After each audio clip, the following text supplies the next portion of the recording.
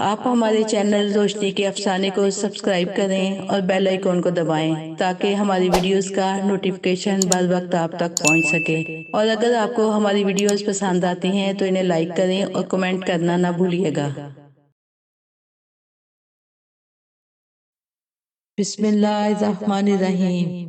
एक दफा का जिक्र है कि मदीने में एक मुसलमान जवान रहता था। बहुत कोशिश के बाद जब उसको कोई अच्छी नौकरी ना मिली तो उसने चोरी करना शुरू कर दी। अब उसको इंक्वायरी भी बहुत करना पड़ती है, किस आदमी के यहाँ पैसा आया है, किसने फसल बेची है, किसके यहाँ दिरमो दिनार आए हैं, किसके यहाँ शादी हुई है। ये तफसील मैंने इसलिए बताई कि उसे कभी कभी चोरी का चांस मिलता, बाकी ये सारा दिन मस्जिद में गुजारता। उसकी कोई और मसरूफियत नहीं थी, फारिग आदमी था। अमूमन नमाज के लिए सबसे पहली सफ में उसे जगह मिलती क्योंकि वो सबसे पहले मस्जिद में आ जाता। वो मदीने का चोर बज़ाहिर पाठशाह बना हुआ था और वो चोरी के लिए रात के अंधेरे में छुप कर जाता कि किसी को पता न चल जाए। एक दिन उसको खबर मिली कि आज मदीने में बहुत ही मालदार पार्टी आई है। एक घर के सामने ऊंटों की कतार आकर रुकी और ऊंट सामान से लदे हुए थे। उसने दिल में फैसला किया कि आज रात मुझे अपने मिशन पर जाना है। मदीने में सिर्फ यही एक चोर तो नहीं था, और भी बहुत से चोर थे। उसने सोचा जो पहल करेगा वही कामयाब होगा। आधी रात को यह घर से चोरी के लिए निकला।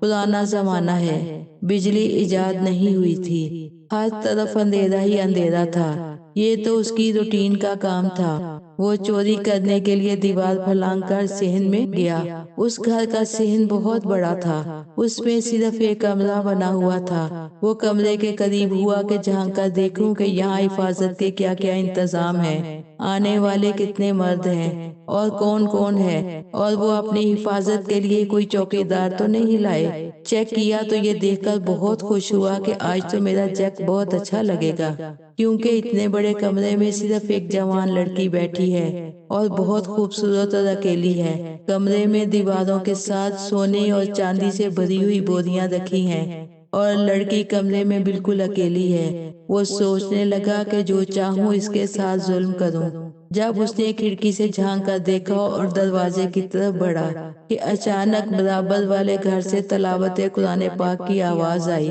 पुराना जमाना है, घरों की छोटी छोटी दीवारें हैं। जब तलावत कुरान करने वाले ने इस आयत की तलावत की कि जिसका तर्जुमा ये है, जो अल्लाह के डर से अपने आप को गुनाह से रोके कि मुझे एक दिन अल्लाह के सामने खड़े होकर जवाब देना है। रात का अंधेरा है जब चोर ने ये आयत सुनी। पढ़ने वाले की किरत बेमिसाल है, पढ़ने वाला भी अरब है और जानने वाला भी अरब है। जिस तरह तीर सीने में लगता है, इस तरह ये आयत उस चोर के सीने में लगी। जैसे ही चोर ने सुना, अपने रब के सामने खड़े होने से डरो। जब उसने ये आयत सुनी वहीं से पलटा। अलबत्ता जब आया था तो चोर था। जाते हुए तौबा करके चला, आते हुए बहुत मोहतात होकर आ रहा था कि कोई देख न ले, कोई शोर न हो। वापसी पर इतना मोहतात नहीं था। वापस जाते हुए उसका पाँव किसी चीज से टकराया और आवाज पैदा हुई। उसको महसूस हुआ कि वो लड़की चलकर खिड़की तक आई है और उसको देख रही है। बहरहाल वो तौबा कर चुका था, घर आकर सो गया। सुबह की नमाज पढ़ने मस्जिद में आया। नमाजें सुबह पढ़ने के बाद मस्जिद ही में पैगंबर की बारगाह में सुहाबा के साथ बैठ गया। जब कभी आप मदीना जाएं हज या उम्रा के लिए, मस्जिद नबवी के बाबे रहमत की ज़ियारत जरूर करें। बाबे रहमत नबी अकरम सल्लल्लाहु अलैहि वसल्लम ने मखसूस कर दिया था हर उस शख्स के लिए जिसको कोई जरूरी मसला हो और उन्हें मेरे जरिए अल्लाह की रहमत चाहिए। पैगंबर अकरम के पास हर वक्त रश रहता।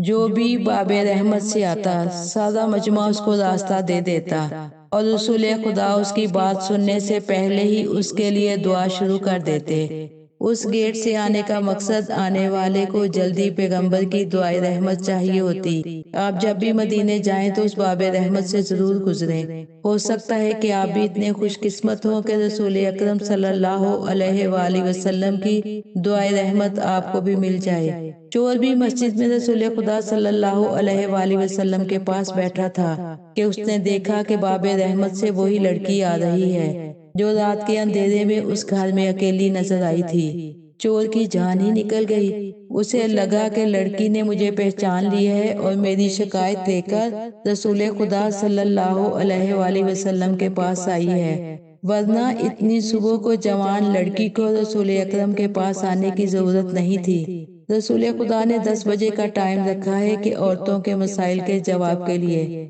उस वक्त क्यों आ रही है? यकीनन मुझे पहचान गई है और मेरी शिकायत करने आ रही है। फिर भी दिल में ख्याल था कि शायद किसी और काम से आई हो। लोगों ने उसे रास्ता दे दिया। एक तो बाबे रहमत से आई थी और दूसरा वो लड़की थी। पैगंबर के सामने उसने जाकर कहा, या रसूलल्लाह, कल रात को मेरे घर में चोर आया और मैं उसकी शिकायत लेकर आपके पास आई हूँ। तो उस चोर की जान ही निकल गई और समझ गया कि अब मेरा ही टॉपिक आने वाला है। आसमान की तरफ देखकर कहा कि ऐ अल्लाह, जिंदगी में पहली मर्तबा तेरे वादे पे भरोसा किया है। आज तक इतनी चोरियां की कभी नहीं पकड़ा गया और आज रात को चोरी नहीं की और पकड़ा गया, तेरे वादे पर भरोसा करके। अब वो भाग भी नहीं सकता था, वो बैठा रहा और अल्लाह से शिकायत कर रहा है कि अचानक उसके कान में इतनी अच्छी खबर आई कि वो घबरा गया। वो लड़की कहने लगी, या रसूलल्लाह, मेरे घर में कल रात चोर आ गया और मैं बताना चाहती हूँ कि मैं कौन हूँ। मैं फलां कबीले की हूँ। मेरा बाप कबीले का सरदार था। जब उसने इस्लाम कबूल किया तो सारा कबीला उसके खिलाफ हो गया। मेरे बाप ने मेरी माँ से कहा कि मेरी एक ही बेटी है, हालात खराब हो रहे हैं। मैं कबीले का सरदार हूँ तो लोग अब तक खामोश हैं, लेकिन ये किसी भी वक्त मेरे खिलाफ खड़े हो जाएंगे। इससे पहले हमें अपना कबीला छोड़ देना है। और मदीने से खबर आई है कि वहाँ रसूल खुदा सल्लल्लाहु अलैहि वसल्लम पहुंच चुके हैं।